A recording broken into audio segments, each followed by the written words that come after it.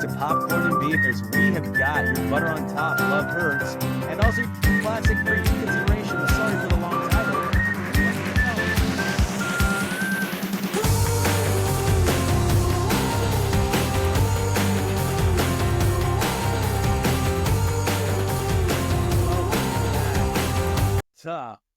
Your sister's brother's aunt's ferret's favorite movie podcast. Do you sneak a ferret in there?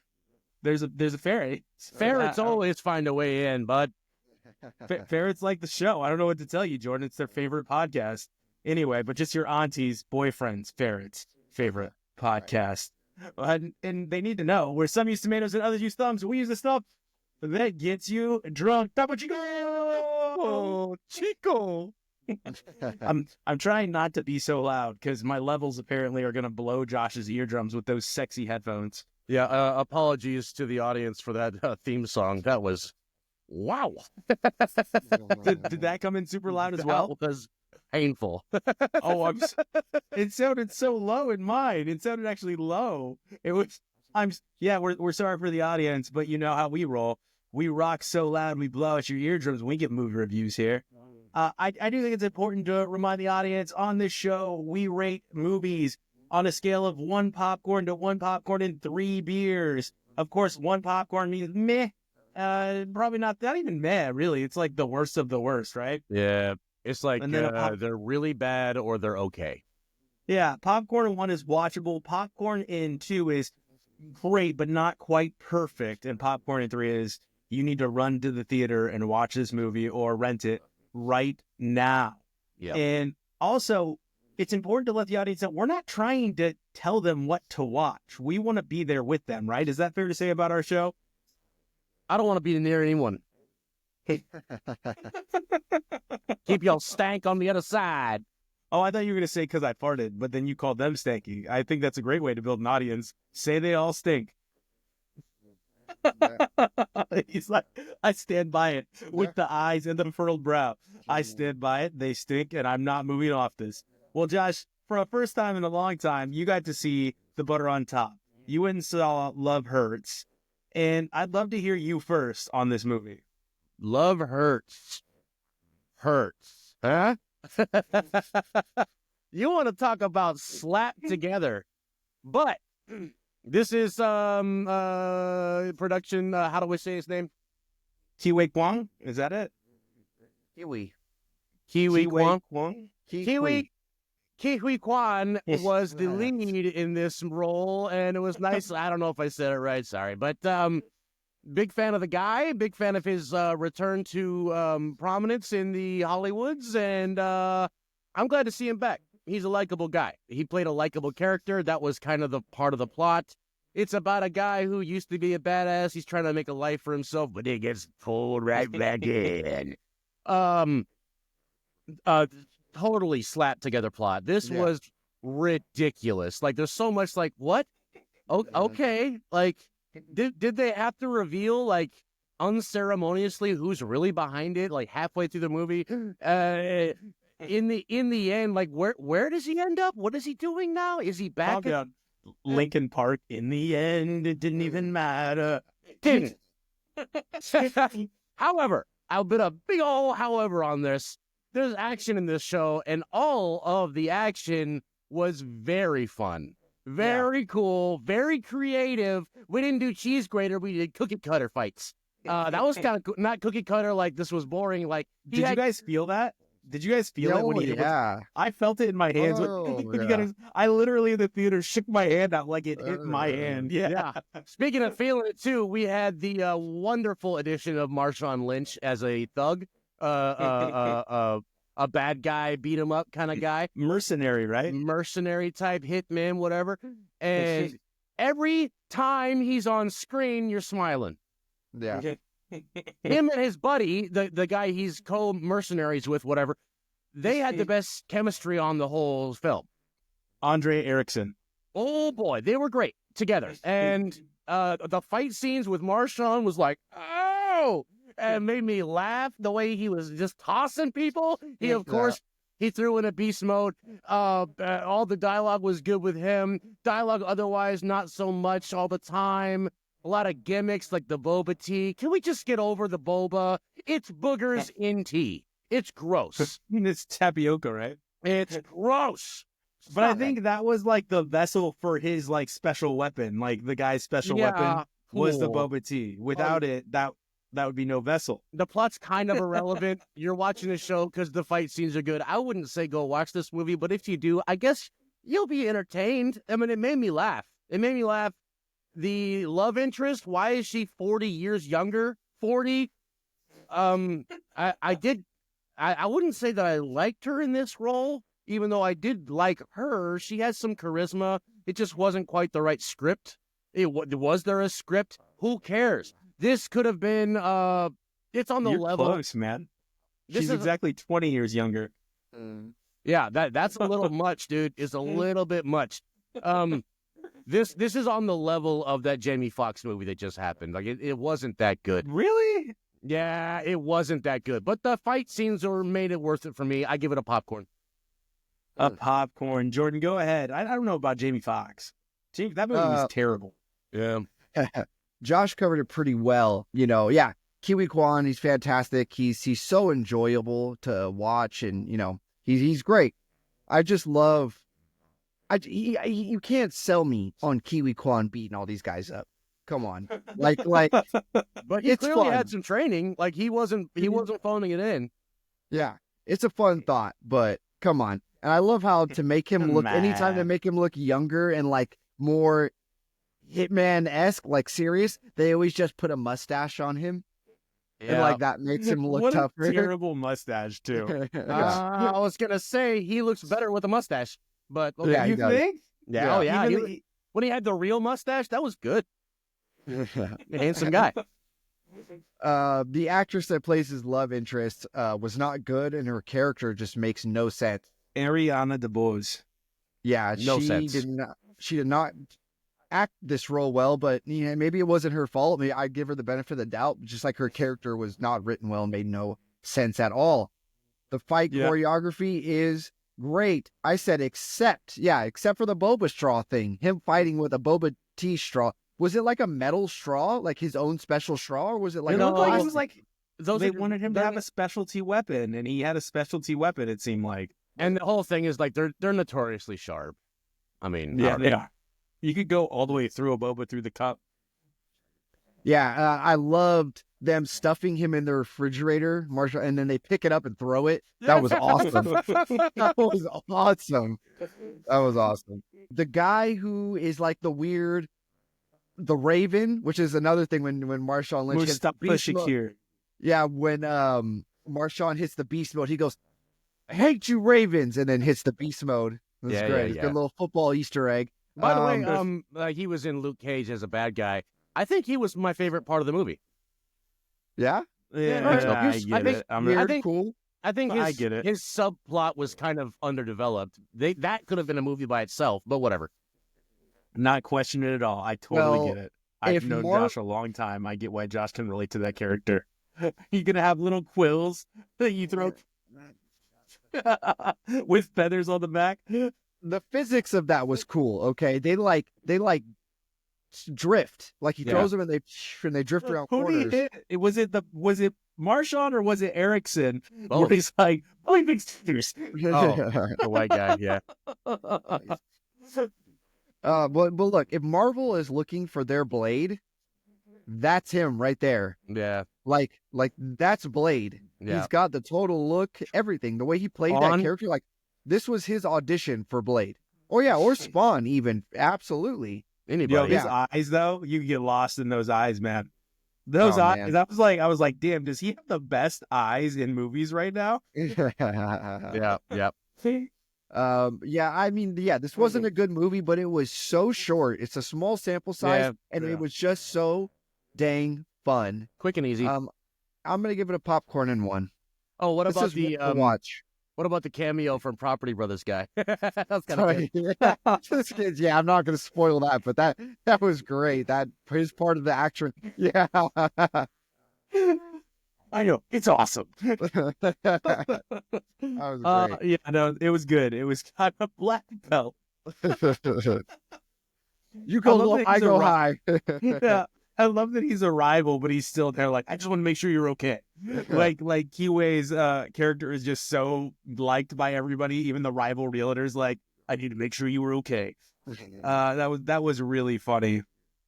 As far as this movie is concerned, I gave it a pop 1. I think, yeah, I gave it a popcorn and 1.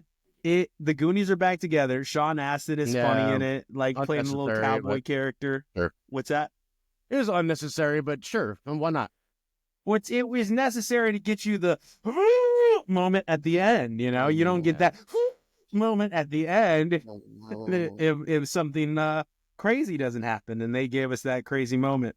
I mean, it's a fun ride that looks like everyone involved with the film was having a really great time where they were making this movie. It's going to be rewatchable, to be honest. It's a switch up from the Valentine's Day usual. Like, no one in this movie was like drop dead amazingly beautiful. Like, you're comparing yourself to this like Greek god on Valentine's Day, and you're like, yo, so do you want to sleep with me now? No, because you're not the Greek god I was just watching, or goddess, on television. Okay, this was like a good Valentine's Day movie where everybody feels included. It's all inclusive, if you will. Yes. The choreography was insane. I think I told Josh it reminded me of Def Jam Vendetta. You guys remember that video game, Def Jam Vendetta? Yeah. Make a remake, please. Every time Marshawn was in it, it reminded me of some of the moves you could do in Def Jam Vendetta, where they rip the table or the ropes and then spin around and then like body slam you and all that stuff. Yeah. So I was like, wow, this is kind of like, I wonder if Marshawn Lynch, who is about our age, he's maybe like a couple years older or a couple years younger than us, if he played, you know, he definitely played Def Jam Vendetta, right? Like we all played Def Jam Vendetta. Oh yeah. So I wonder if he's like, yo, I want to do some stuff like DMX or Ludacris in Def Jam Vendetta. And they're like, no worries, I got you. And then there's that scene in the kitchen after the fridge scene where he runs him up the counter and then like spins him around and then body slams him down. Yeah. And I was like, that is exactly what you would see. That reminded me that this is criminally this movie is one of those fight movies where it's just the main character gets the shit kicked out of him way too much. Like, for instance, they start the movie basically with his hand being stabbed in half, or stabbed. Yeah, he fights the rest of the movie like that. He fights the rest. You can't throw a punch, dog. You're done. Well, they didn't even have to do it. It wasn't really even referenced. Besides, you know, he's got a hand that's wrapped up.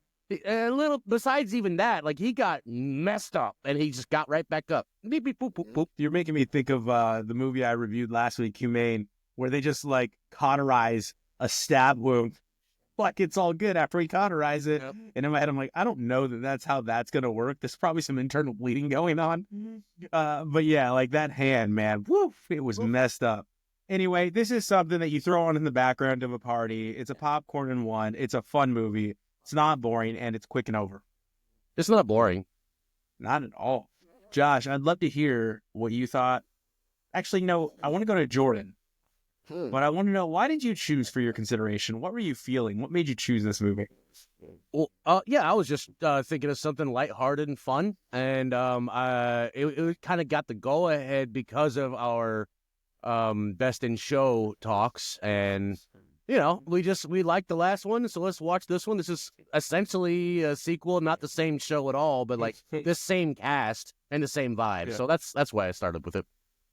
I love it. Jordan, what did you think? Was it your first time seeing it? Yeah. And I think, of course, you have to preface it with the fact that it's related, you know, best in show, same cast, same everything like that.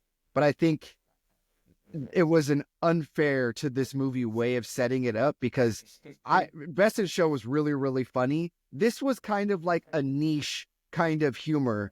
Like, it's an inside humor to like the kind of acting world. I feel like there's a lot of technical stuff, like acting type humor and what, you know, things I just couldn't relate to, honestly. So you can relate to a dog show?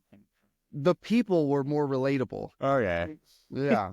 Like, you've seen those people before. Okay. Oh yeah. Fred Willard's faux hawk was fantastic. And Fred Willard was the best part of this movie. He was the best part. Yeah. He's fantastic. Fred Willard, I wrote down, I miss Fred Willard. Let's go talk to the losers. Oh, yeah, man. there are a ton of faces, like young actors that Yeah, you'll John soon know. Krasinski out of nowhere. Yeah, right. Yeah. Somebody delivers this line. I was like, wow, that's really smart. That's really good. Wasn't the apple? And it's funny. Wasn't the apple in the tree, but the pear on the ground. Oh, the Choctaw guy. Yeah, that was great. He was in line for MVP as well. Like, he was always good. Yeah. The daughter character at the end, the one who plays the daughter in the movie, the fake movie. Yeah. From the lady from Lost in Space, the actress. Is that who that is? Yeah, right. Parker Posey, that's her name, right? I don't know. I think so. Yeah. She kills it in that play at the end. Like it's supposed to be like making fun of her, like, oh, this is where she is now, like doing this weird stuff. Yeah. But like she's killing it in that play. Her acting, everything is on point. Like, good for her. And then I love the drunk history guy at the end in the scene where they're at the acting class, and there's the guy from Drunk History in it. But this was a popcorn for me. Yeah, it was Parker Posey.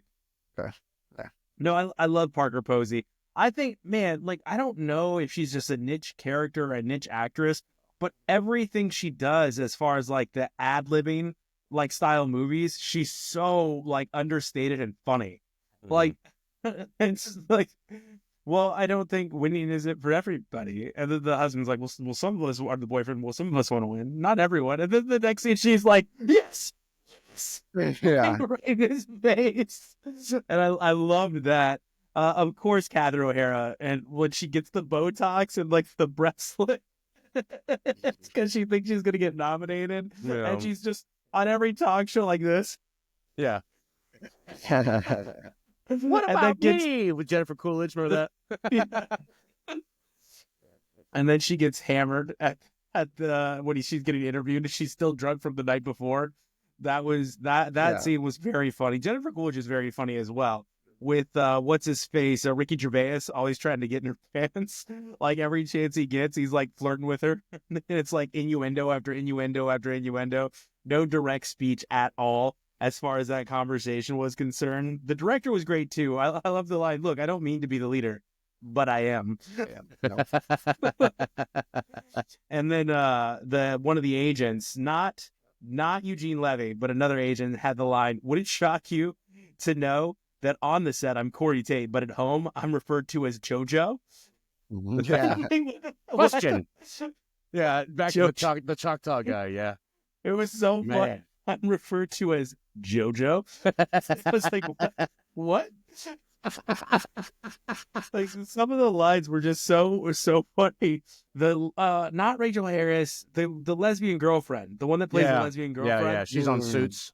Yeah, she's so funny, and she does I'm playing a lesbian, so I'm going to act like a lesbian. Because he's like, why did you act like that? Yeah, I don't know. It was funny. I like movies like this. They make me smile because I honestly think it's making fun of itself, right? Yeah. The movie's making fun of itself. And Christopher Guest, I don't really like him because I've heard him in interviews now, and he's kind of a jerk. Which and one's it makes that? me sad. He's just not nice, and he's kind of talks down to the interviewer, which turns me off. You know? Which one is that? Like, who is he? Christopher Guest is the guy that creates all this stuff. Like This is Spinal Tap, Best in Show. Like he's one of the writers. Like I'm too smart for this. Yeah, but they interviewed him. I've seen him interviewed 2 or 3 times, and every single time, like one time I thought he was just doing a thing because he's Christopher Guest.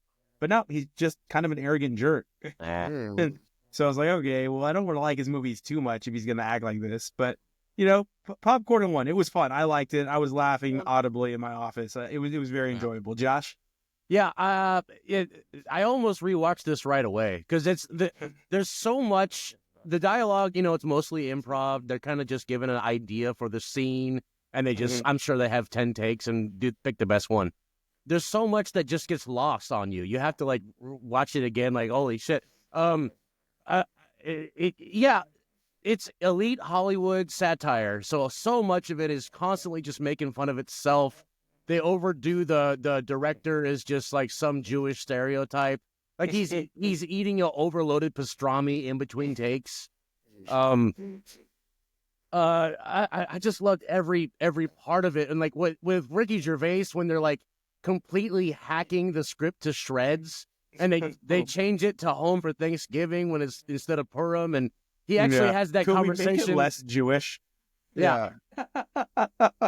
He actually has the line of we don't want to shove it down their throats, which is what everyone's been saying 10 years hence. You know what I mean? Like, you're making fun of the critics who are saying that. Like, sometimes you just want to have a movie about something instead of making it appeal to all the masses. But anyway, that's a whole thing. I just loved every part of it. I love when the father character goes on TRL with his new haircut and his dancing. It's so gross.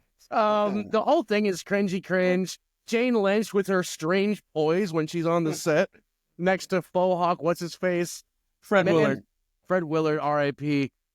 I just thought it was great. I give it a popcorn one as well. I think it's very watchable if you want to make fun of some actors. Yeah, you're gonna have fun if you watch this movie. Like, it's not one where you're not going to have fun. Speaking of not going to have fun, we've got a Bad Day show that needs to get reviewed by Jordan. If you want to kick us off with what you were watching. Yeah. So I rewatched season 1 of Breaking Bad. What I would say is the greatest TV show of all time. Seconded. In my opinion.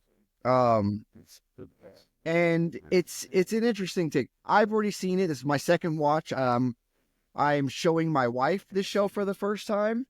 And it's honestly, it's just as good. The humor is fantastic. The first season was only... Tell us about your wife. Yeah. The first season is only...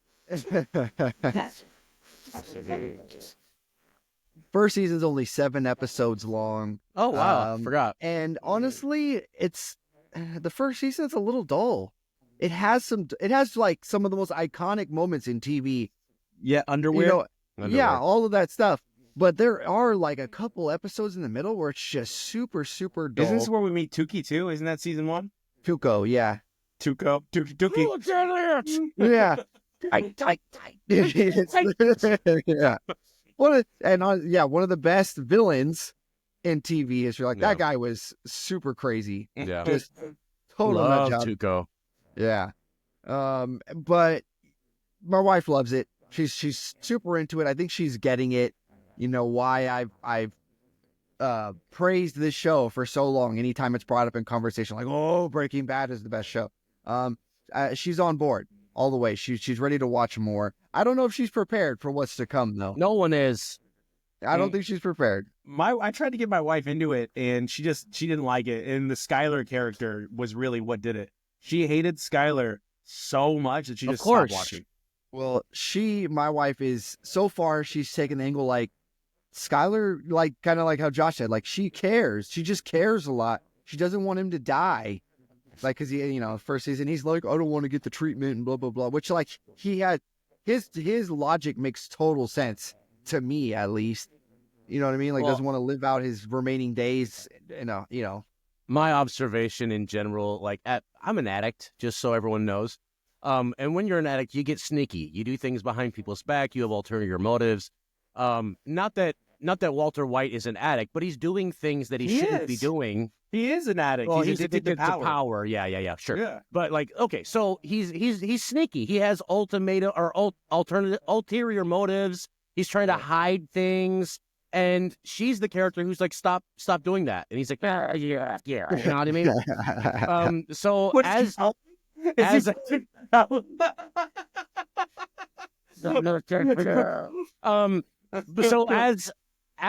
an audience member, you're sort of, in a way, rooting for him to make it work out. So if you're complicit as an audience member in wanting him to keep sneaking.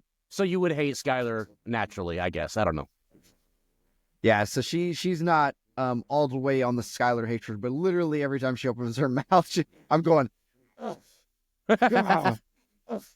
And my wife's just gonna look at me like, she's not doing anything bad yet. But like, the sister, also like her sister, everyone, Hank, they're all pretty vomitous.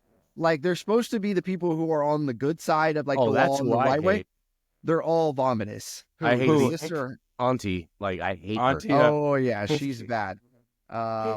and the son also like the runner-up for second worst character on TV ever. Like my wife is all the way like, yeah, my wife's all the way like, dude, his son sucks. Like, sorry, he has the disability and all that, but like he's an asshole. Yeah, straight up. Like the way he talks to his dad, and like he's just mad at his dad for being sick, like having cancer. Yeah. How old is Walter Jr. in season 1? Is he like?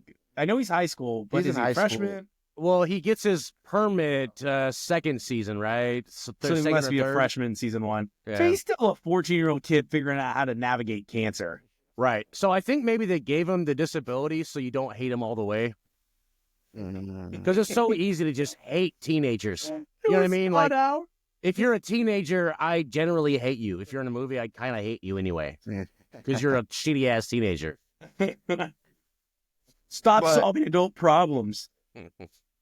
This was historically, we all know the lore of this and like how it didn't pick up till like the third season. Like it didn't really get any interest. It was continuously on the cutting floor. They had to fight to get like, another season made, and then it finally really took off. And thank God it did. But I could see how, this wasn't like super crazy talked about like this first season in. It's fantastic looking back to it in retrospect, but it was a little there was a little dull at some moments in this show. So I give us a popcorn in 2, season 1. Cool. Nice. And in all of that, you guys reminded me of an old movie that I know is now going to piss Josh off, and I'm so happy you reminded me of it because I just put it on my drunk classic list as you were chatting. So thank you for that, both of you. Maybe next week, maybe not. We'll see how I feel. Anyway, I watched the new Amy Schumer movie with Will Forte, Kind of Pregnant, by Netflix. So bear with me because I'm going to give you my review. It's going to be Will Forte. Quick, okay?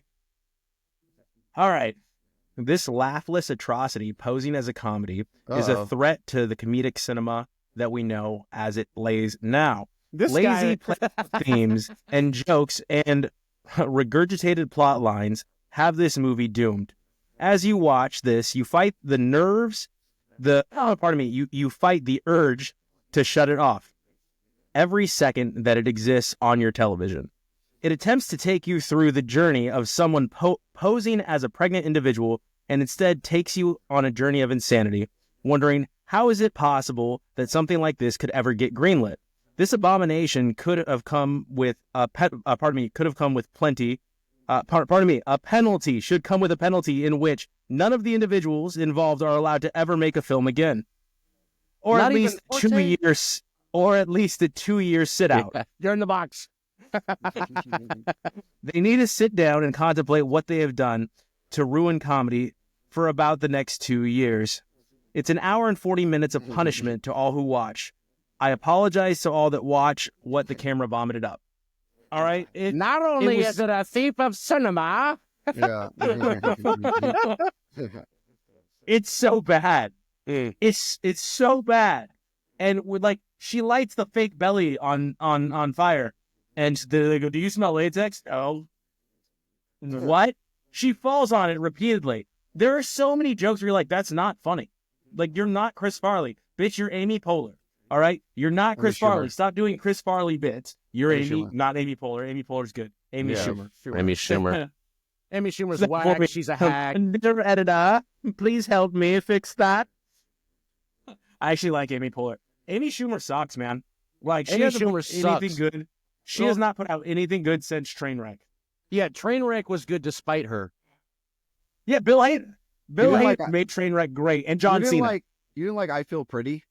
That was funny. That is funny. That was a funny movie. No, you know what that's a ripoff of? Shallow Hal. Okay, but it's still funny. It's just I like she just steals from everyone. The movie with Goldie Hawn where they get kidnapped. Like, she's not creative at all. She's like, how can I steal from this? Like, that's her whole creative process. Yep. I don't know why she's made it. I think like she had the black leather special. Right? That was terrible. Do you know why she did the black leather special? God awful. Because she deserved a black leather special because every great comedian gets a black leather special. And then she compares herself to Eddie Murphy and Chris Rock. Like, yeah. Instead of watching this, let's have the audience please just YouTube all the jokes she's stolen.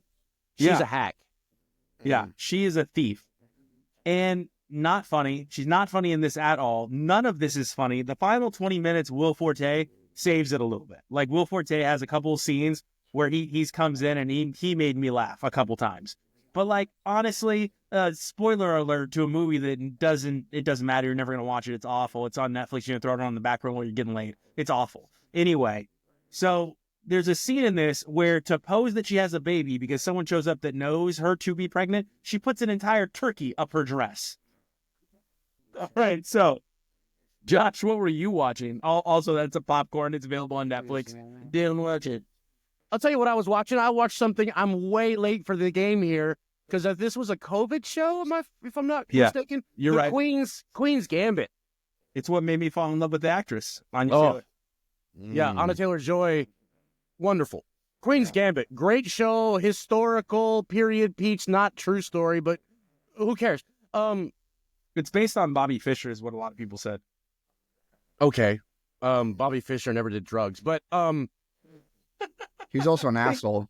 I think it's loosely based. I don't think it's exactly word for word. It's a really cool historical look at back in the times, how they treated orphans, how people worked, and all kinds of things. The period aspect of it is really cool. I don't know how they made those sets. Like, I hate all the orphans in the world.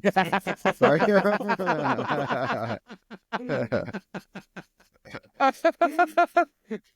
Did you not tell them they were the Lord's chips? Queen's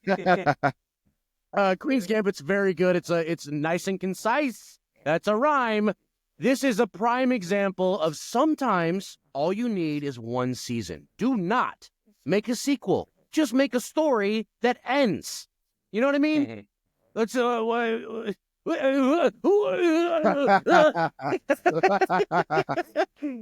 a wonderful piece. It made the world fall in love with chess for about 2 weeks till they realized it's hard. I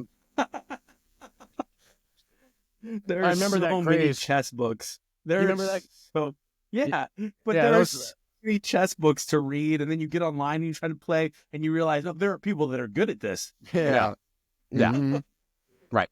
But it is really cool to show you how complex it is, how important it is to the culture in general. Like, this is an event, and they played on that too, like how big it is in Russia, how big it is here, and the whole thing was just really, really cool. I loved the whole the aspects of her getting into drugs and drinking and all that stuff, and it was very heartfelt, very good show. I give this a popcorn and 3. Yeah, I agree. I've never played and completed a game of chess. I've usually like set it up with somebody, and then we've made a few moves, and it's been like, wait, we start arguing over what pieces can do what. Oh God! And then it's like, all right, this sucks. Let's do something else. Let's play Operation. Let's play Operation or something. I like to play checkers, but I don't like to play with anyone who's read a chess book because I've done that one time. He beat me in 3 to 5 moves every time. And he got bored. He's like, nah, I'm done. Man, this show was good. You know, that's my point. It's like, I don't care about chess at all. And the show made me like chess. Think it was cool. Yeah. Oh, cool costume work, awesome sets, like I said, great camera work, and wonderful soundtrack. Yeah, this along with Made, probably 2 of my favorite Netflix shows ever made. It's incredible. And some of the ones that I like that aren't up there with these shows are simply because, like Josh said, they made too many seasons. Like, it just end it, man. Yeah, like that's why I love Death Robots. Right now, I hope they don't ruin it. They have a huge opportunity to destroy what is a great show that they have going on, like they did with Black Mirror. So far, Black Mirror has not been the same. They're going to try to bring it back. Hats off to Milioti. She just won the Critics' Choice Award for Best Actress in a television series. Very Penguin. Cool. Yeah, awesome. She's going to be in the new Black Mirror, and I hope they don't screw it up. Anyway, an example of screwing it up potentially is the What If series. What If is not supposed to have an ongoing storyline. It's not. The purpose of What If is an anthology series, but it's not an anthology series anymore. They ruined that. Yeah, they're working very hard to mess it up. They are. You're saying it's off the rails already. I think they have a chance to like bring it back, but they could. They're doing too much and it's not fun anymore. It was fun the way it was. Like, it was fun to see Thor as a frog, right? Because we got to see that. It was fun to see Zombie Avengers because we got to see that. But it doesn't need to be a story. It's okay. Like, stop screwing stuff up. I watched Apple Cider Vinegar. 6 episodes on Netflix, and it was entertaining. I'm going to pull up the cast while I talk, but essentially this is the story of the app called The Whole Pantry. Do you guys remember the app, The Whole Pantry? Mm-hmm. So there was an app when the Apple Watch first came out, and it was called The Whole Pantry, and it was created by a woman that supposedly had brain cancer that she was keeping at bay by eating healthy. Oh, cool. Yeah, so she creates a whole following in this, and it's played, Belle Gibson is her name, and it's played by Caitlin Dever. Belle Gibson? Yeah, Belle Gibson, and they do the joke a lot, Jordan. Yeah, exactly what you're thinking. They do that joke like 3 episodes in a row. That's funny. It's funny. I think it's hilarious. I think even in the 6th episode, one of the characters goes, "Why don't you go ahead and write that episode of about Mel Gibson or whatever?" And he corrects her. But yeah.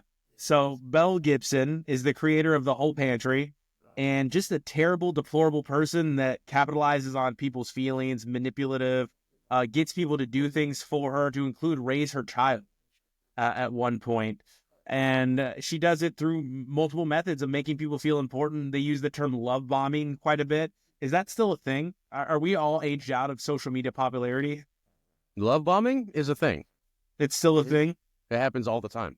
Okay, so she used that quite a bit, and they explain that. Aisha D, who plays a character named Chanel, this is a fictionalized character, so it's not completely true. It is the true story of what happened using fictionalized stories. Does that make sense? So you get her side, but they if you go down a rabbit hole, which I did, they will tell you who some of these characters are loosely based on throughout this story. One of the characters you start to feel really bad for, and you don't like her too much, but you still feel bad for her. Her name is Mila Blake, played by Alicia Devon Carey. She is from Fear the Walking Dead. She played, I think the character's name is Alicia on Fear the Walking Dead, the daughter from Fear the Walking Dead. So I was glad to see her because I thought she had a huge future. When I was watching her on Fear the Walking Dead, I was like, wow, she's really good. Like, she's going to be something somewhere down the road, right? If someone picks up on how talented she is based on this A&E show. So she's in this show, and I thought she did a great job again. So I'm really hoping she gets picked up more to do more work. But she plays someone that is in the same space where she used homeopathic cures for cancer. And basically the whole movie's like, there's so much science, so much research for a reason. You no matter how bad you want to believe in it, we're not saying there's not one-offs or miracle situations, but there's medicine for a reason. And it's because it works. You can't, cure cancer with juice, essentially. Like that one lady who was on a banana diet and died from eating too many bananas. Yeah. They make fun of that actually passively. Oh, really? They make fun of that passively. Like, there's a vegan influencer that they kind of like, I don't know if it's based on a real person. I haven't read her story yet, but she's like, my people are telling me I have to eat. My doctor is telling me I have to start eating meat. And she's like, but what about my followers? It's my whole brand. And then the character playing Belle Gibson, she goes, change the narrative. Like, just change it. Basically, people can be manipulated. These people are going to believe anything you say. And it does a lot of that. And I wish people would watch it and listen. It has so much to say about our political environment. If you just pay attention, like, they know you could be easily manipulated. I know, Jordan, they're not going to, but I'm just like, please pay attention to this. You're being manipulated. They're doing it on purpose, and then they're going to send you to a different country. Please just pay attention to what all these entities are trying to tell you. You're being played by people you choose to believe in because they don't consider you to be a real person. And in this story tells that so well. She doesn't consider her followers to be real people. She just considers them to be dollar signs. And it goes so far as to her, as for her to lead a family along with a son that has brain cancer, and she uses the son to show that her method works so well, and then they're going to raise money for the kid, and the kid never gets the money. So, and that part was true. Overall, it's going to make you mad. And I think that's a good story. If the actors can make you mad, if the story can make you mad, if it can make you feel something, I think they did it well. So I'm going to go ahead and give this a popcorn and 2. I'm not saying it's groundbreaking. I'm not saying it's world beating, but it makes you feel something for the characters. Don't hate on Caitlin Dever. She just does a great job of playing a deplorable, deplorable person. Okay. All right. I'm going to go 2 for 2. Let's do, next, we're going to do We Live in Time, starring Florence Pugh and Andrew Garfield. This is a love story that I think they thought was going to get some Oscar nards. Oscar nards. Oh my God. And again, we're starting with a cancer diagnosis. I did this to myself back to back. Double cancer. A quick blot on this. Florence Pugh and Andrew Garfield play out a relationship from literal beginning to literal end. And while it's a nice story, I don't know that it reaches the type of cinematic excellence that it was striving for. The genre works as far as almost like a tragic rom-com, if you will. I think that's what it's kind of doing here. And you get that, but it's not as great. It doesn't reach the heights that it wanted to. The cancer diagnosis places heavy emphasis on the timeline and where they're at. The problem is it's hard to follow the timeline, as it's one of those films that jumps from point A to point B to point C to point F to point Z. And it's just hard to keep up with where they're at in their story. And it wants to do this creatively and artistically, and it just never hits the mark. It becomes hard to follow and scattered at times. So we're going to go ahead and give this film a popcorn and 1. If you just want to feel something, you can go ahead and watch this, but it won't be good. You won't feel good. Jordan. Yeah. Hello. I watched I watched Pan's Labyrinth. Classic killer. And look, this is a movie that's again been on my list for a long time. I've tried to watch it. Dare again say and a bad again, word about Ophelia. and I've never just quite been in the right, I don't know, mood space to watch this. Read and also the subtitles fact for 2 that hours. read subtitles. You really, So it's the thing. It's like your focus has got to be on there. You can't be tired. I don't want to come home after a long day of work and read for a couple hours. That's a good point. I don't. But look, it's Guillermo del Toro. Is this like the thing that really like got Guillermo on the map? I think It's one so, of them. right? He's like, look what I can do. Give me Hellboy 2, please. Amazing costumes again, like Guillermo does. Guillermo del Toro. Costume and makeup, fantastic. This movie's kind of old. The effects aren't great. They're good. They're not great. Are they all practical? I can't remember. No, there's like some explosions and stuff that happen, and it just looks awful. Okay. So that stuff doesn't exactly hold up. It was like two totally different movies going on, and I think that's kind of the point. Yeah. But at the same time, like both movies that were happening within this movie were excellent, and I just wanted to see more of one of these. Like pick one and flesh it out more. Like I just felt like I wasn't getting enough of both themes that they were offering here. Right. Definitely not enough on the fantasy stuff. Like that took a hard backseat to like the war stuff, which I'm not mad at, but like that was the element of the movie where you're getting all the cool costumes and like the cool stuff. Buzzer. Buzzer. I don't believe you. Because you have said throughout the history of this show, throughout 3 years, you are a war movie buff. I am. And I think you probably would have preferred if they leaned further into the war than the alternative, which is I think more where they lean, which is her story, almost like an Alice in Wonderland style story. And I think that probably turned you off because I think you wanted the war. You wanted more of a war story. But yeah, is that fair? I'm putting words in your mouth. No, because going into this movie, I don't expect it to be this much of a war movie. Like I put this on like I want to see some fantasy stuff. You know what I mean? Buzzer rescinded. Why doesn't the resistance lady, the maid who's in charge of the resistance, why does the person never kill the bad guy when they have the chance? Yeah, dude.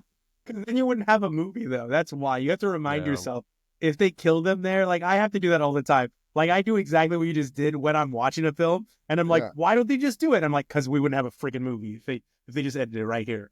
Yeah. Let me ask you, this is one of my favorite questions for one of my favorite types of movies.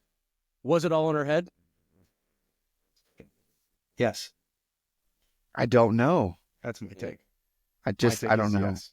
Well, I mean, the idea is that it's symbolic of what's happening in real life, but was it? Was it not? I don't know. It's, Well, like, there's the thing, like, she's locked in that room, and then she gets out by drawing a door, right? How else does she get out of that room if it wasn't actually happening? Did she? I don't know.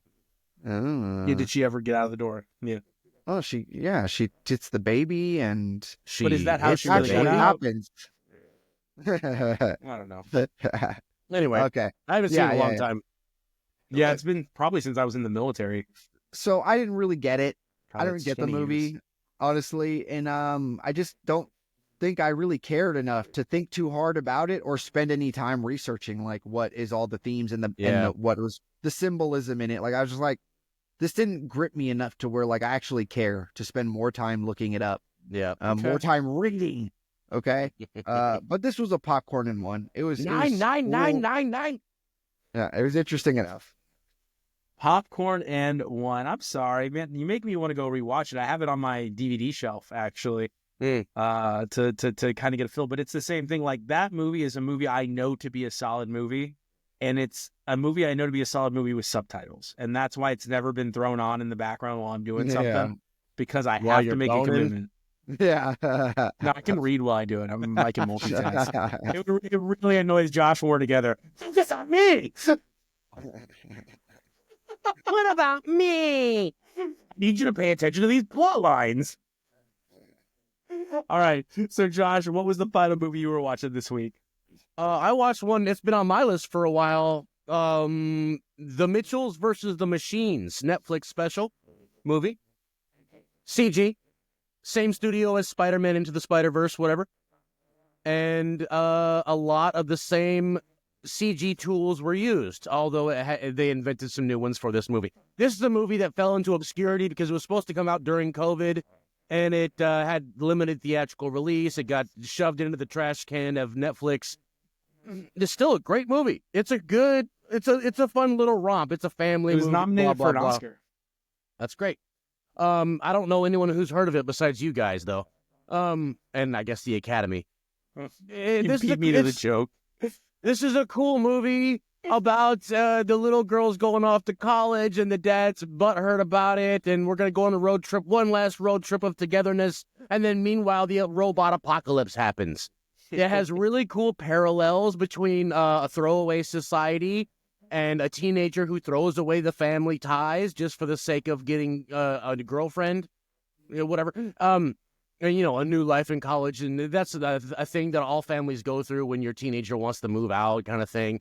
So it had some pretty heartfelt plotline things that tie in together well with social medias and internets, and maybe it was a bad idea to sell everyone's identity to an AI concept thing. So, all that stuff was pretty cool. The animation is intentionally ugly, but very pretty because of that. The lighting was immaculate. A lot of hand-drawn styles. It's so beautiful, right? That's what I always say. It reminded me a lot of Diary of a Wimpy Kid, and also more modernly Ms. Marvel, how she had a lot of little emojis and stuff that happened on screen that were like fourth wall breaking. Reminds me of Captain Underpants. Underpants, yeah, same thing. Yeah. Booger Man. So, a very entertaining, very fun movie. I watched the back half of it. Mom came in and watched it with me. She liked it too. I love it when the mom goes ape shit when her son. She's like, "My baby," and she becomes like the Incredible Hulk and like just starts ripping him up. Everything about it was fun. It was a very fun movie. Popcorn and 2. Popcorn and 2. Beat me to the Academy joke. I'm really mad about that. I was really excited to make it. Why'd I even take the voice that was humiliating me? Oh, huge cast. If you haven't seen it, check out the cast before you watch. Like, everybody's in this movie. Anyway, my last review is going to be piece by piece. It's already been reviewed here by Jordan. Josh, did you ever get to see this? No, I'm trying to. Man, it's on Peacock. It's good. It's really good. Like, it's the music in it. It plays throughout. That's what's so cool about this film is there's never really a moment of silence until you hit the depression, the depressive stage. Jeez, I can't talk in this episode. The depressive stage, and then the music drops out. But outside of that stage, you get all like their music playing through the whole thing, and you're like, "Hey, Pharrell is amazing," and it goes into yeah, really, truly, and it talks about that, and he's involved in everything. And there's a point in this movie where Chad goes, "If you want to hear who the Neptunes are, just turn on your radio." And that was a fact. That was a fact. Every single song, I was like, "Dude, this is top 40 after top 40 after top 40 after top 40 hit." Yeah, killer. But the funny thing is, and apparently Chad is the understated hero in the Neptunes. Like, people don't realize that he, and even Pharrell indicates that Chad is the reason why they were able to do a lot of what they were able to do. Like, he was the big thinker, but Chad was able to take all those thoughts and really help him synthesize them into beats, into music. And I thought that was super cool. Missy Elliott, wow, in it. Timbaland, Pusha T, Gwen Stefani. Yeah, they all went to the same high school. I'm talking about how all the people, yeah, exactly, Jordan. They all went to the same high school. It was a trip. But like, they're talking about it, and it's just like Virginia Beach had this like revolution of hip hop ready to hit, and they didn't even know it. They didn't even know it. And then Michael Jackson's producer shows up in their town just by coincidence, you know? Yeah. So what is it, Teddy? Teddy something, yeah. Ruxpin? Yeah. No, he wasn't a great producer. He was just a great Teddy.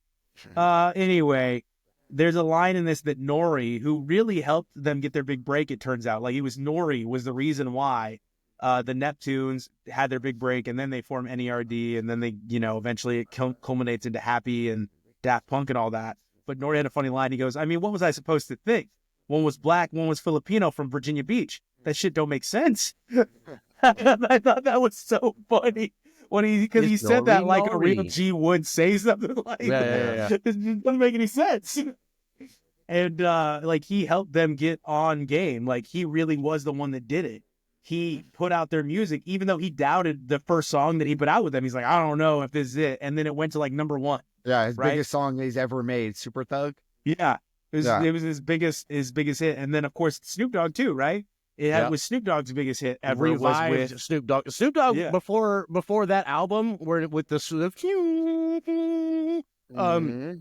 before that, Snoop Dogg was about to get another job. Like, he thought he was done.